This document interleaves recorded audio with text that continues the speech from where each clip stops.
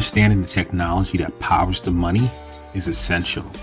Knowing the business drivers that inspire how the money is made is crucial. Bridging the gap between the mind of the technologist and the mind of the business is monumental. That is what TBF is all about. Let's start this never-ending conversation. It's time.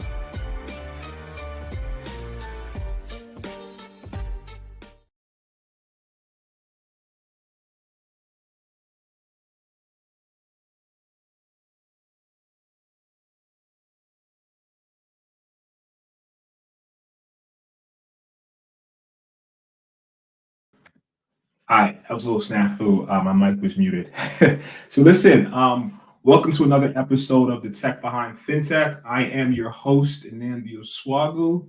So excuse me, that was a little snafu there. I'm your host, Nnamdi Osuagwu. Always excited to do the show.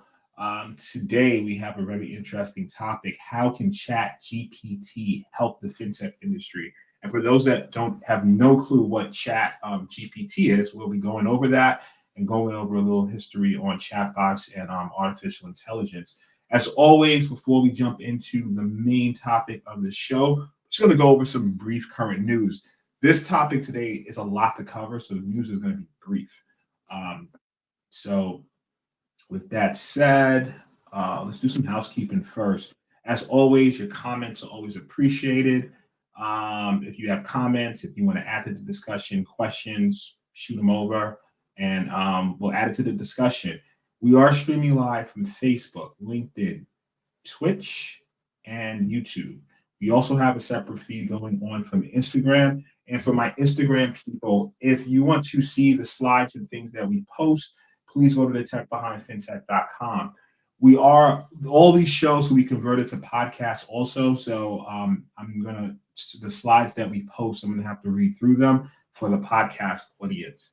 So we are on multiple platforms right now. Really exciting stuff with the Tech Behind FinTech. So without further ado, let's jump into the news of the week. So first, because of the economic conditions that we're facing, we're going to go over some current technology companies that are laying people off. I mean, it's pretty much the same pattern, right? Everything from 2020 is coming back to us. You know, back when everyone was stuck at home, technology companies or in fintechs got a huge spike in business. So they thought their revenue growth was going to continue even after lockdown ended. Unfortunately, it didn't for a lot. So, you know, during that time period, they massively hired and scaled up, and now they're letting a lot of people go. So that is the situation. So this is a resource that we use. So let's just go over some notable companies and we're going to talk about Plaid because that's part of the segment. We have Blue Apron, 10% of their workforce. Relativity, it's a legal firm, 10%. Voy, 13%. Circle CI, 17% is a product. Doma, finance product, 40%. It's huge. BuzzFeed, 12%. Weed Maps in LA, 25%. Plaid is 20%. We'll dive deeper into that. We have a message from the CEO. Airtable, 20%. Let's go to the next one. Adobe, 100 employees. They don't list a percent. Shipper Cash, 13%, Stash, 8%, Perimeter, 81%, security firm, 8% of their workforce, Aqua Security, 10%. Okay, so that's what it's going on right there. All right, so let's go over next slide. So like we said, Plaid, right? So 260 employees. What is Plaid? Plaid's an open banking platform. So, you know, message from the CEO, and these employees are being laid off across the US, UK, and Europe. So, as we said, right, what's the CEO saying? Zach Parrott. During the COVID pandemic, a dramatic increase in fintech adoption led to a sharp increase in usage by existing customers, substantial revenue acceleration, and large number of new customer signups. As a result, the firm hired aggressively and invested in new products to meet demand. Macroeconomic conditions have changed substantially this year, says Parrott. Despite being well diversified across every category of financial services, we are seeing customers across the industry experiencing slower than expected growth. The simple reality is that due to these macroeconomic changes, our pace of cost growth outstripped our pace of revenue growth. I made this decision to hire and invest ahead of revenue growth. And the current economic slowdown has meant that this revenue growth did not materialize as quickly as expected. This whole thing that we're seeing is definitely going to be a case study in business schools across the country moving forward, because it's definitely, we might throw around the word unprecedented, right? So look, the pandemic was obviously unprecedented. The world being locked down was obviously unprecedented in that extreme. All the technology companies during that period when people are stuck home experiencing hyper growth, unprecedented. Now we're seeing the effects, right? Like, okay, things are getting back to normal. Companies scaled up. Now they're laying people off. So it's interesting, right? So how, if we see something like that in the future, what's going to change? Are we going to repeat the same pattern? Are they going to, hire more conservatively? These questions that need to be asked. I just have to see if additional people were joining on Instagram. All right, so that's Plaid. Let's go on to finance. Morgan Stanley cuts 2% of its workforce. When I first read,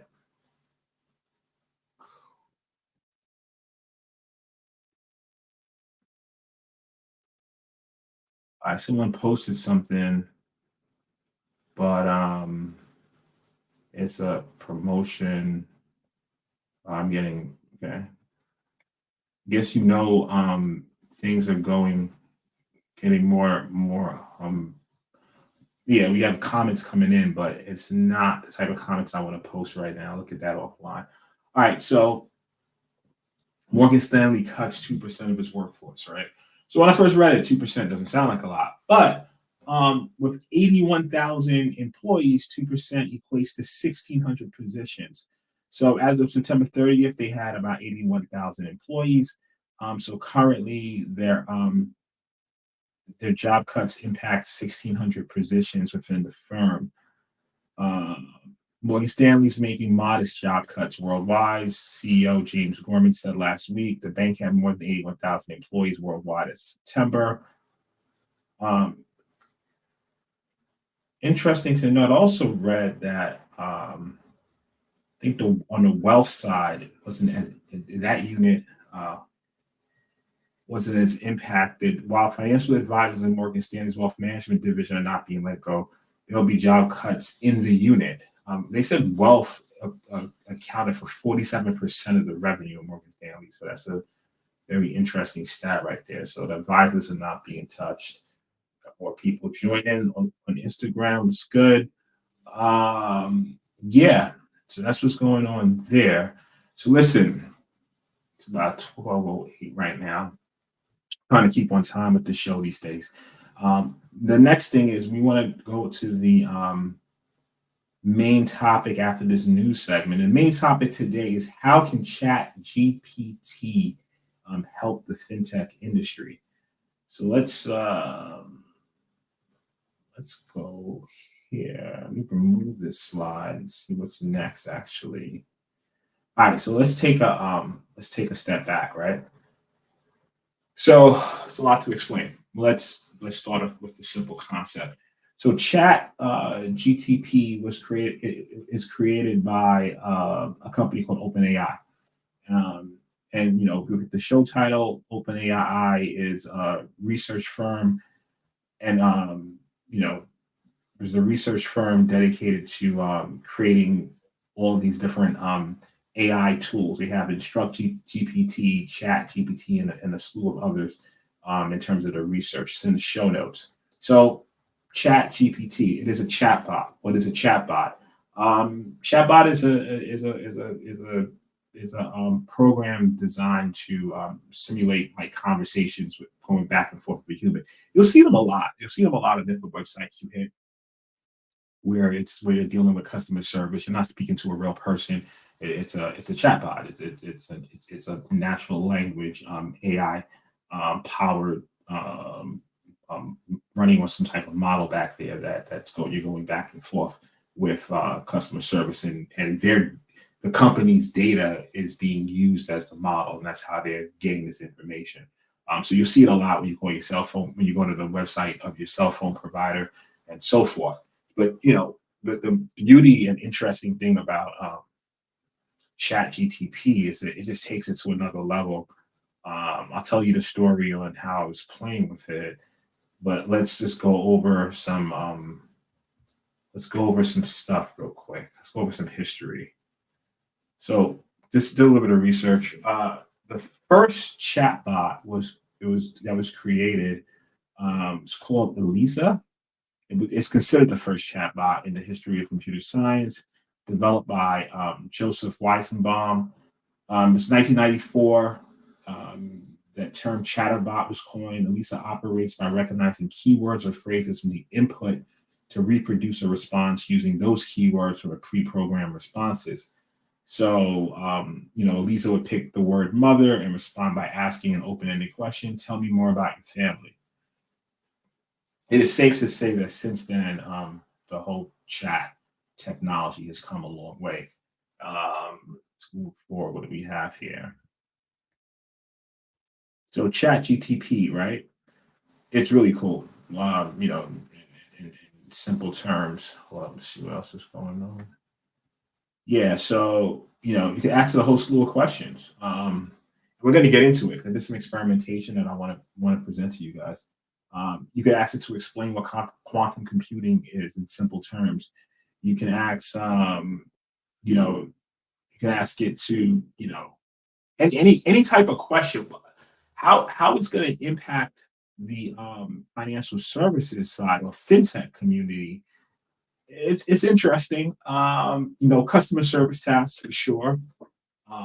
Natural language processing tasks and analyzing huge amounts of financial data. On the programming side, and that's across all industries. It can help. Like it's so interesting. I did an experiment that was out there, but just wanted to test it on my own with generating some Python code, and it actually did generate it. And I'm going to show you all this stuff. I took some screenshots so we can go through it. There were some other use cases around actually finding vulnerabilities in smart contracts. Wasn't able to replicate that, so I don't know. I wasn't able to replicate it on the instance, but let's just let's flow a little bit and go into a couple of things, information on it. And this is from their FAQs as well. So how much does it cost? Currently, it's free. It's right now during they're going through an initial research preview. How does it work? Chat GTP is fine-tuned from GPT 3.5, a language model trained to produce text.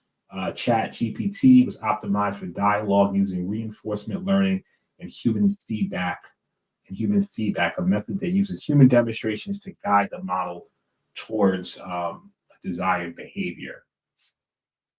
So there's a couple of terms there, and I want to let's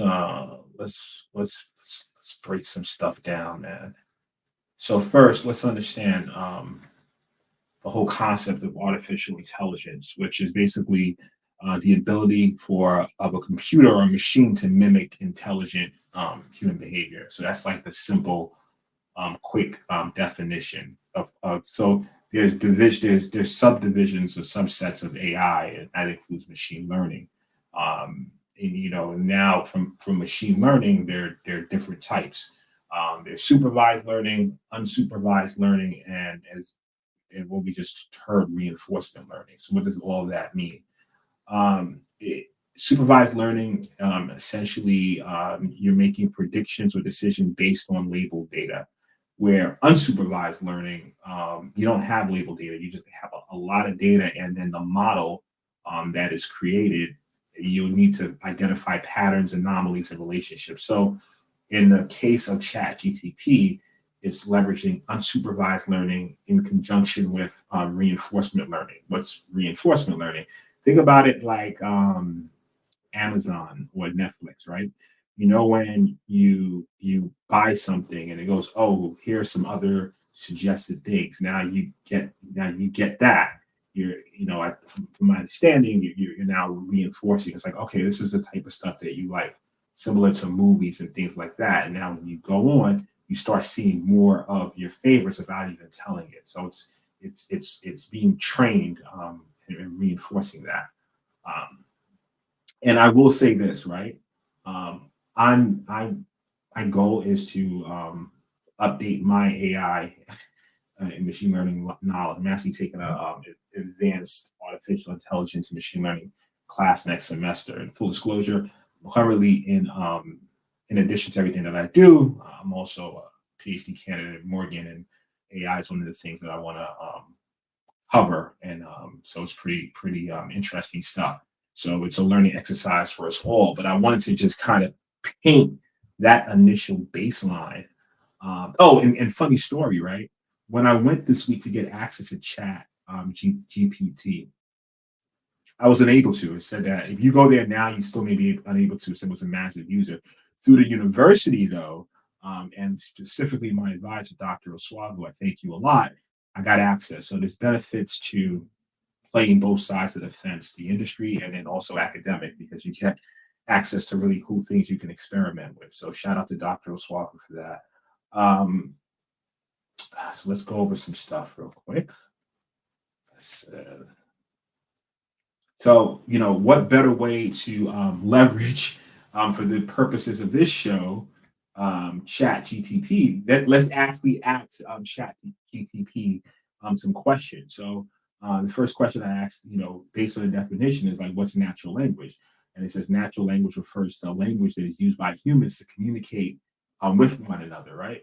The language we use every day in conversation. So you essentially, you're now leveraging the tool to learn more about the tool. So what I definitely think this is going to be major for search, because usually we're used to searching for things on Google and it provides us links. This, and on the other hand, I mean, sometimes you may ask a question and then it might be a summary of a website, then you can get some information, you have to click into it. But in this case, you can really ask specific questions and it drills down, which is pretty cool. So I think moving forward, this is, like I said, they're during the beta stage, but moving forward, you can definitely see the concept of searching for things change based on how we're doing it now. It's going to be totally different. Then like for the show, right? Let's break it down some more. What is a language model? Well, and then ChatGPT responds. A language model is a type of artificial intelligence that uses statistical techniques to assign probabilities to sequences of words in order to predict the next word in a sentence. This allows the language model to understand the structure and meaning of natural language and to generate the text that is grammatically correct and coherent. So behind the scenes, right, everything's being rated. It's math. It's saying, okay, well, this is a high percentage of this. Let's then communicate X back. And that's what it seems to be doing. Language models are commonly used in natural language processing, NLP tasks such as machine translation and speech recognition and text summarization. So now, and if this is for the podcast, so what I'm doing right now, there's a quick description is, in going through Chat GPT, I went on it to get information from Chat GPT. So I'm asking it questions to learn more about it, to explain on the show. So the next question I asked the Chat GPT, does Chat GPT use machine learning? And earlier, remember, we talked about that it uses unsupervised learning. So it says, yes, Chat GPT is a type of machine learning model known as a large language model. Language models like ChatGPT use statistical techniques to assign probabilities to sequences of words in order to predict the next word in a sentence. So kind of going back over what I said before. So then I said, okay, does ChatGPT use supervised learning? It said, kind of went in, it said unsupervised learning. It says that, however, in general, large language models like ChatGPT are typically trained using unsupervised learning methods rather than supervised learning methods. So, then it goes in to tell you what is unsupervised learning. Is a type of machine learning in which the model is not giving explicit correct answers, but instead must learn from the data on its own by finding patterns and structures within the data. So, like, in going through this, you can see how like revolutionary this is for search. When you're trying to research a topic, you can keep drilling down. Like everything it gives you, you just drill down some more, and all of this is in data. It's interesting to note, right, that all this data for ChatGPT, according to the website, was constructed in 2021. So it's not as current as you would if you go to Google, right, and see something current that just happened. So it's using pre-populated data but vast amounts of data, like an enormous amount. I don't have the size yet, but we're going through some. So then, based on the title of the show, right, I said, how can ChatGPT help the fintech industry? And then the response was interesting. It says, as a large language model, ChatGPT is not specifically designed to assist the fintech industry. However, it has the ability to generate human-like text based on the input it receives, which could potentially be useful in certain situations. In the context of fintech, ChatGPT could potentially be used to help automate customer service tasks, such as answering common questions and providing basic information about financial products and services. It can also potentially be used to assist with natural language processing tasks, such as analyzing and summarizing large amounts of financial data. However, it is important to note that ChatGPT is a general purpose language model and may not have specialized knowledge about the financial industry. So it's interesting. So then I asked, how can ChatGPT help programmers? And they said it's not specifically designed to assist programmers. However, it has the ability to generate human-like text based on input it receives, which could potentially be useful in certain situations. For example, ChatGPT could be used to generate code samples or pseudocode for a particular programming task, which is a programmer can then use as a starting point for their own code. So how cool is that? Like, really, let's think about that. Okay, wow, we have a question from David. Let's see. David Shanks, actually, me and David have a huge history. It's like one of my best friends, old college roommate, high school. We go back. So thank you for tuning in, brother. Appreciate you. Okay, what's David's question? I'm late tuning in. Will ChatGPT's capability allow replacement of customer service and other customer-facing jobs? Missed the tie-in on what types of jobs will potentially be useless because of this new tech. That's a great question. So let's think about that, right? Now, in terms of customer service jobs, you have AI right now. There's something to be said about the human touch, right? And I don't want to. I would like to, potentially do some more research on it. But automation in general is going to replace a lot of. It's going to be certain jobs that if a customer, you can see. Well, let's think about it. You can see it right now, right? You call. Let's just look at what's going on right now with, like, I call my cell phone provider, right? I get an automated. I get a message. It's some sort of AI back there, right? It's processing a human voice. It's asking me a bunch of questions, and I don't get to speak to a human yet, right? So we see that throughout. With this type of tech, as it advances, eliminate the need for human involvement? Potentially so, but we're seeing that right now. Let's think through what other jobs. I think a lot of jobs that involve, copy, for instance. this GTP can essentially write whole papers. And there's other tools out there like Word Hero and things like that that can write a whole slew of papers and content. It can generate content. Obviously, you want someone to review it, just to make sure things are on point and so forth. What other potential jobs? Anything that has to do with data analysis, right? Because that's essentially what we're doing, right? You could take this data and then you could train the AI model and it could kind of go through and analyze data. That may be something. But to fully answer your question, I would have to get more versed. I mean, the answers are out there. I mean, I could probably ask ChatGPT and it could give an answer. But this is a good question. Thanks for the feedback. Sometimes I get lost in the technical stuff and I miss these types of questions. But this is awesome. Thanks for the question. Appreciate it.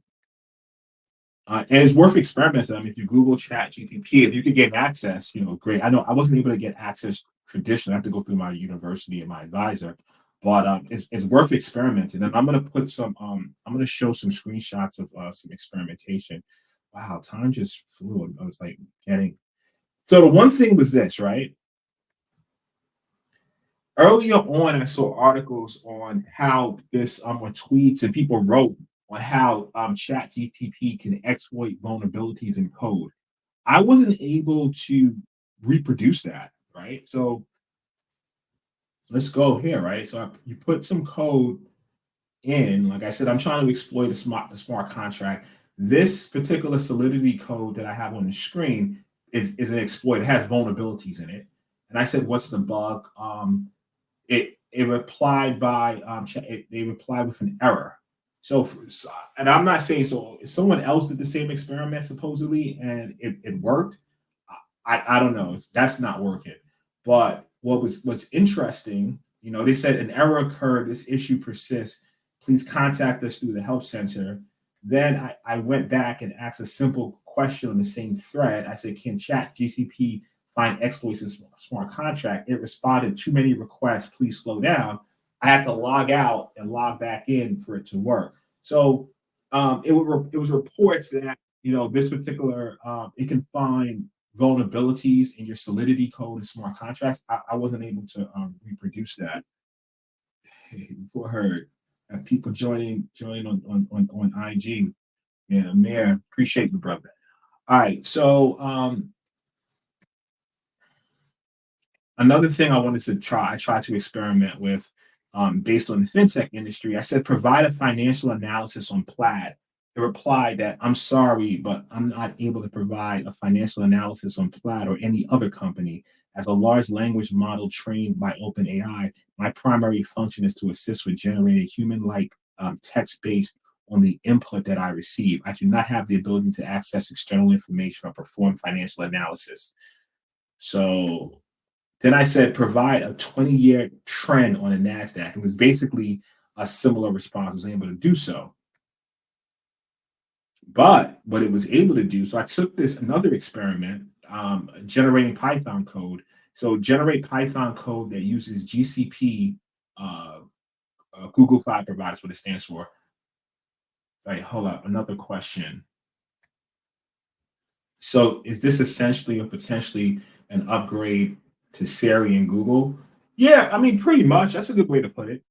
So another question from David, I posted it on. He said, so is this essentially or potentially an upgrade from Siri or Google? I would say yes, definitely. And more importantly, like if you think about the actual search capabilities of Google, I think definitely an upgrade. Right? Because here's why. It's generating code. I couldn't really do that on those other voice-based platforms, but it replied back. Here is some sample Python code that uses Google Cloud Platform to read the contents of an image, and it actually returned back a whole a whole program.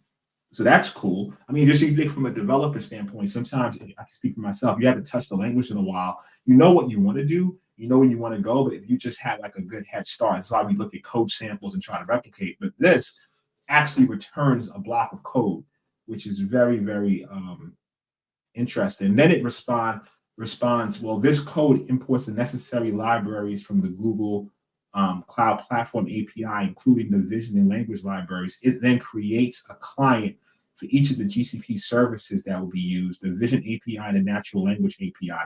Next, the code reads the contents of the image file and converts it to a byte array. It then uses the vision API to detect contents of the image and extracts the first detected text block. So it's writing code. Now, would you still need a developer to put everything together? I would assume so. But in a decade from now, who knows where things are going and how like further advanced it will be if it's doing this now.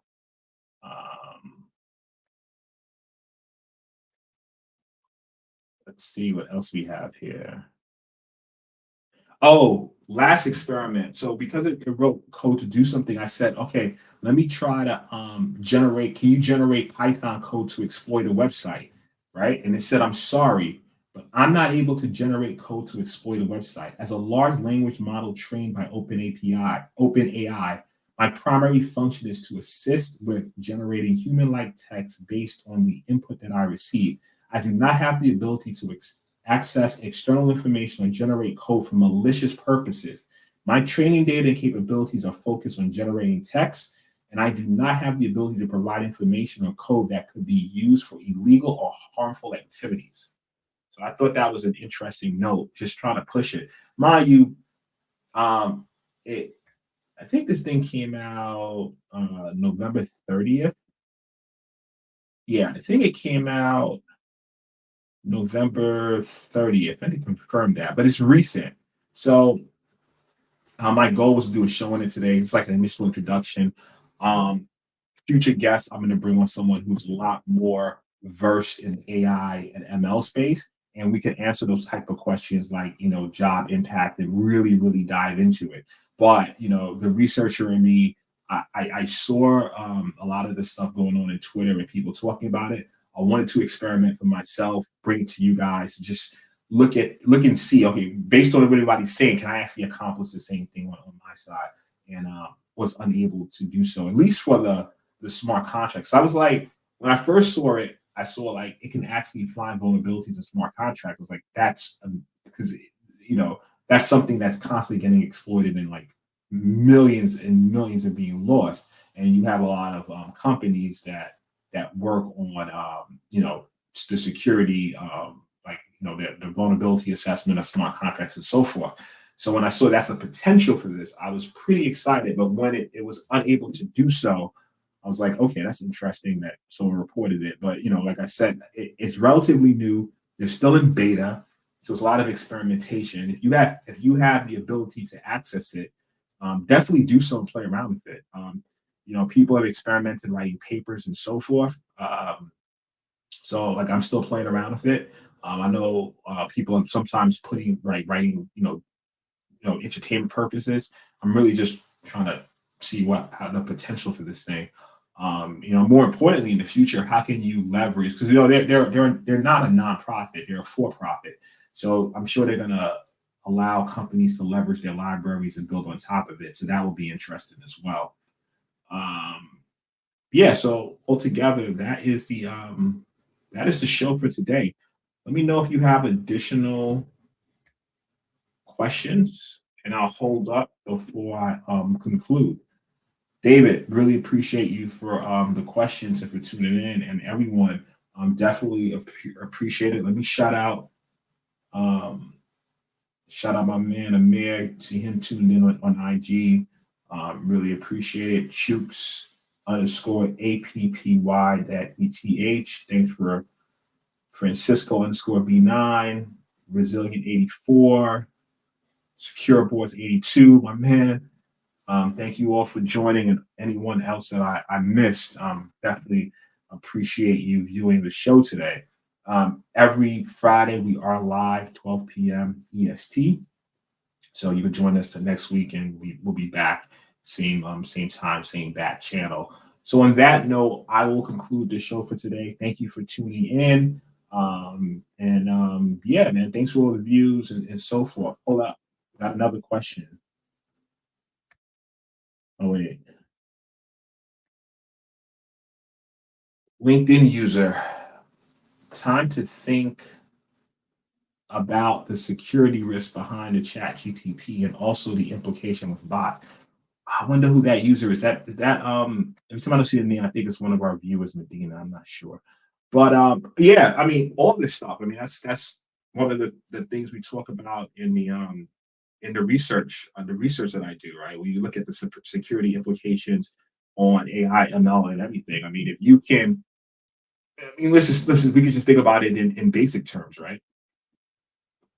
These models leverage data. Like we just saw an experiment with Chat GPT said, you know, I'm using, it doesn't have access to current internet, it's using data from that it put together. So when you think about that, what if you corrupted that data, right? That's like just an initial um, way to corrupt these things. You target the data that it is calling. So now it's, just in thinking about it, right? I mean, there's a plethora of other ways, but if something, when I think about security and start breaking down security, I always think about, okay, what are you calling? What are you leveraging? What's part of your supply chain? I can either try to go directly after you, or I can try to corrupt something or exploit something in your supply chain. I'll eventually get back to you. So to your point, yeah, tons of security implications. We talking about bots, start talking about IoT devices. Those can be compromised as well, right? Like you just think about their firmware and different things of that nature. So good point, 100% on point. Last comment from David. Okay, makes sense, man. Yep. Another comment, maybe for another show. Oh yeah, yeah. I mean, it's just, and that's why we say earlier it's a never-ending conversation. I could definitely see a show with that. I'll probably bring on my graduate advisor, Dr. Swap, who's extremely versed in AI, expressed some interest in coming on the show, and I think that'll be a great conversation. We could probably dive into it, and I'll stay on for additional questions that may come up. Sometimes it's like a little bit of a lag with people asking questions. That's why I don't want to try not to cut it off, soon be out like with a full stop. But in general, listen, our show is sponsored by Strategic Generation. They provide cybersecurity services, which include security assessments, SOC 2 assessments, and penetration testing. So always have to shout out StratGen. So I think that's it for today, guys. Audience, thank you very much for joining in. Thank you for all the wonderful questions in the comments on all our platforms: Facebook, LinkedIn, YouTube, Twitch. Thanks for the Instagram viewership. Definitely appreciate everyone. And on that note, I hope everyone has a wonderful and spectacular weekend. I will see you back on the Tech Behind FinTech next week on at 12 p.m. EST. Cheers.